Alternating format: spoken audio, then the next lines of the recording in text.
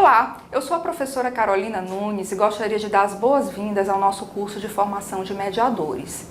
Aqui iremos estudar alguns aspectos referentes à atuação dos mediadores.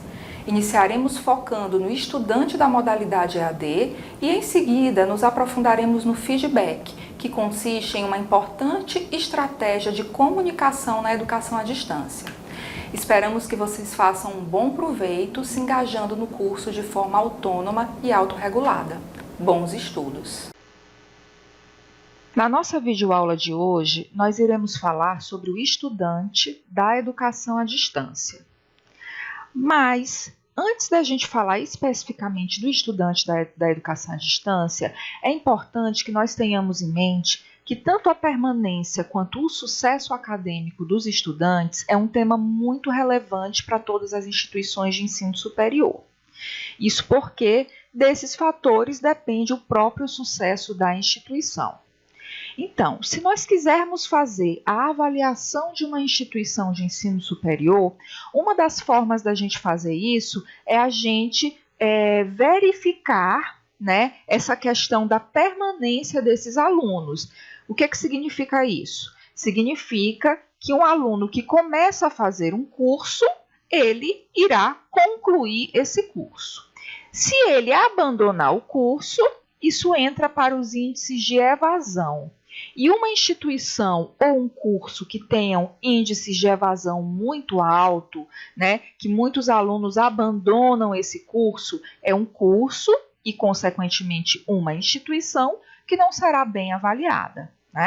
Então, quando a gente tem índices de permanência alto, isso indica que há uma probabilidade maior deste aluno obter sucesso acadêmico. Isso vale tanto para o ensino presencial quanto para o ensino à distância. E nós que trabalhamos com educação à distância temos que ter esses dois fatores, permanência e sucesso acadêmico dos nossos alunos, dos nossos estudantes, como uma prioridade. Mas quem é esse aluno, esse estudante que busca a educação à distância? O censo da ABED de 2017 revelou que a maioria dos estudantes de todas as modalidades de cursos superiores, estudam e trabalham ao mesmo tempo. Então, o aluno brasileiro, na sua grande maioria, é um aluno que não se dedica somente à vida acadêmica. Ele trabalha e estuda paralelamente. Só que essa característica ela é ainda muito mais acentuada na modalidade EAD. Em 30% das instituições, 75% dos alunos de cursos regulamentados totalmente à distância estudam e trabalham. Então, aqui a gente percebe que essa característica ela é muito mais acentuada nos estudantes da modalidade EAD do que nos estudantes do presencial. E que essa permanência e esse sucesso do estudante da modalidade EAD sofre influência de múltiplas variáveis.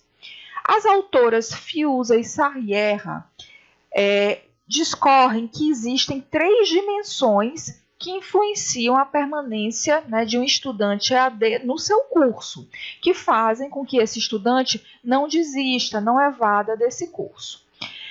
E essas características, que elas chamaram de dimensões, são as seguintes. Primeiramente, existem as questões pessoais. O que são essas questões pessoais? São as questões endógenas ao aluno, que são próprias desse aluno, que está ali estudando na modalidade EAD. Dentre essas questões pessoais, nós podemos destacar questões subjetivas, questões psicológicas desse aluno, que tanto podem contribuir para que ele tenha um bom aproveitamento acadêmico, quanto não. Além dessas questões psicológicas, questões mesmo mais específicas da parte acadêmica. E aqui eu me refiro à base que esse estudante pode ter tido ou não, na sua história de escolaridade, em relação a prática, a uma disciplina de estudo, né? Então, o estudante que chega em um curso na modalidade EAD e que já tem essa vivência de estudo, já tem esse hábito, ele vai ter uma facilidade maior. Mas nós sabemos que na nossa realidade, muitas vezes nós pegamos estudantes, nos deparamos com estudantes que não tiveram na sua história de escolaridade a oportunidade de desenvolver muitas habilidades acadêmicas. Então, esses estudantes vão precisar de um apoio maior, de uma orientação maior por parte dos profissionais que estão trabalhando aí nos cursos da modalidade EAD. A segunda dimensão diz respeito às questões acadêmicas, né? Que são questões exógenas ao aluno, são externas ao aluno, que são aquelas questões referentes, né, à organização dos cursos e das instituições que ofertam os cursos na modalidade EAD, né? E dentre essas questões acadêmicas, nós podemos destacar os materiais didáticos que são disponibilizados para esse aluno e também o ambiente virtual de aprendizagem onde esse curso, né, está hospedado. Então, tanto esses materiais quanto esse ambiente virtual de aprendizagem devem ser de fácil acesso, de fácil compreensão para esse aluno. Eles devem ser, na verdade, intuitivos. O aluno não deve ter dificuldade para lidar, né, de forma autônoma com esses elementos. E a terceira e última dimensão diz respeito às questões contextuais relacionadas ao que envolve tanto o aluno quanto o curso, que aí seria mais uma mescla, né, da dimensão 1 e da dimensão 2, tá certo?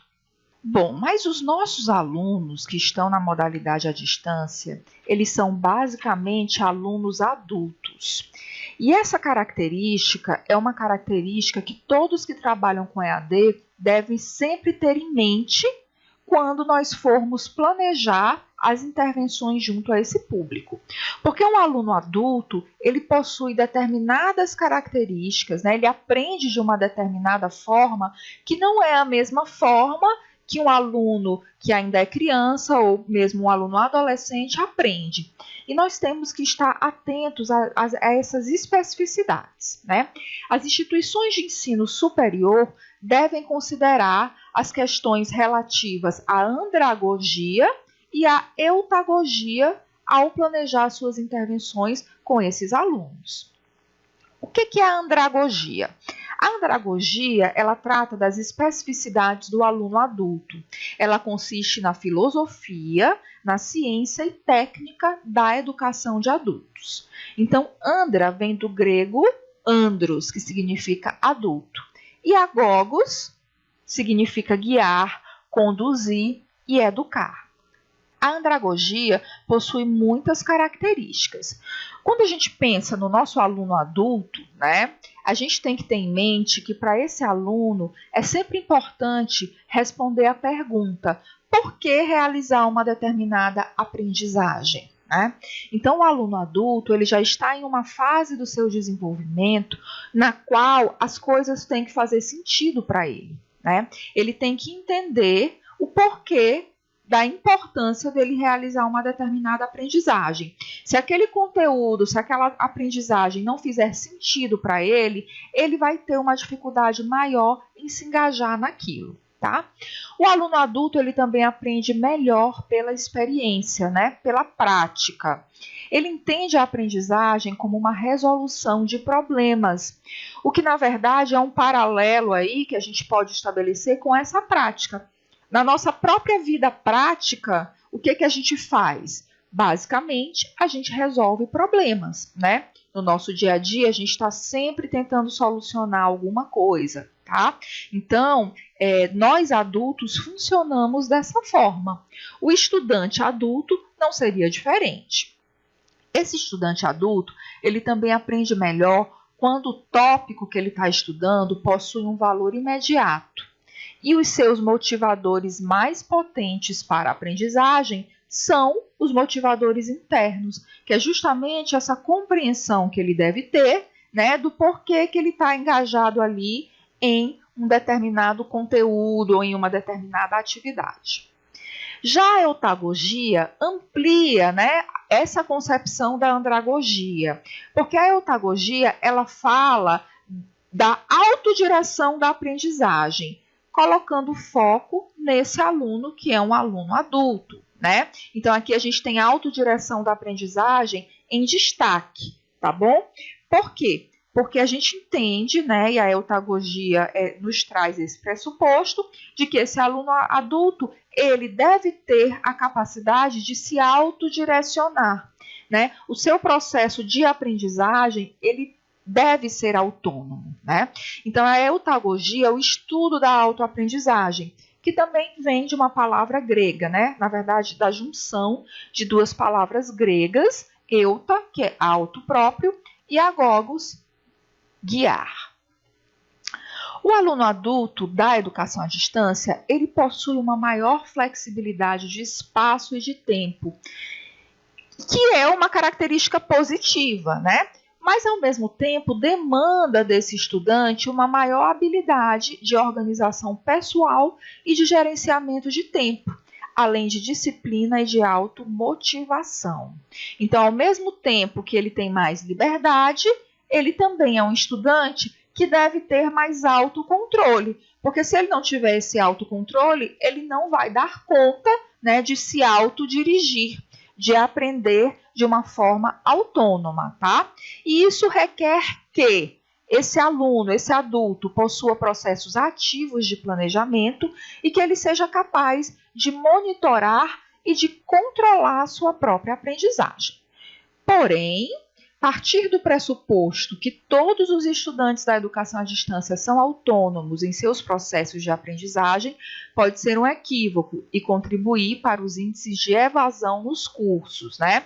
Vocês lembram que anteriormente eu disse que muitas vezes nós pegamos estudantes adultos, né? Que mesmo sendo adultos, mesmo estando em um curso superior, mas que eles não têm muitas habilidades de estudos e que eles podem, inclusive, ter dificuldade para se concentrarem ou terem dificuldade para desenvolver uma disciplina de estudo, né?